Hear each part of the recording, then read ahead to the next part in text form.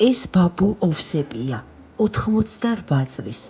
ჩვენ ახლა მოხუცთა თავშესაფარში ვართ. როგორი სევდიანია არა, ამდენი მარტოხელა მოხუცი ადამიანის ნახვა. ჩვენ დღეს ოვსებთან მოვედით, ისე მიატოვეს, სულ მარტო. გურიაში ცხოვრობდა.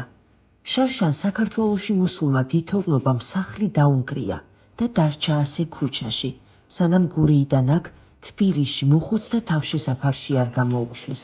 მანამდე დაეღუპა საყვარელი ცოლი, რომელიც დაახლოებით 1 კვირა ვერ დამარხა, რადგან ამის საშუალება არ ჰქონდა. ბოლოს მეზობლები დაეხმარნენ.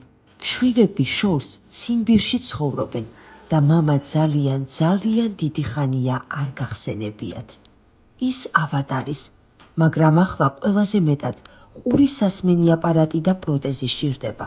უნდა რომ სიცოცხლის ბოლო წლებში კიდევ ერთხელ მოусმინოს სამყაროს ხმას და შეიგრძნოს თავისი საყვარელი საჭმლის გემო. რა უნდა იყოს ამაზე მარტივი, მეგობრებო?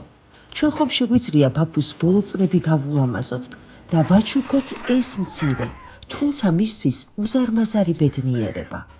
გთხოვთ, მეგობრებო, ნუ მივატოვებთ მოხუცებს მარტო, დავეხმაროთ მათ. ამას უფალი აუცილებლად დაინახავს.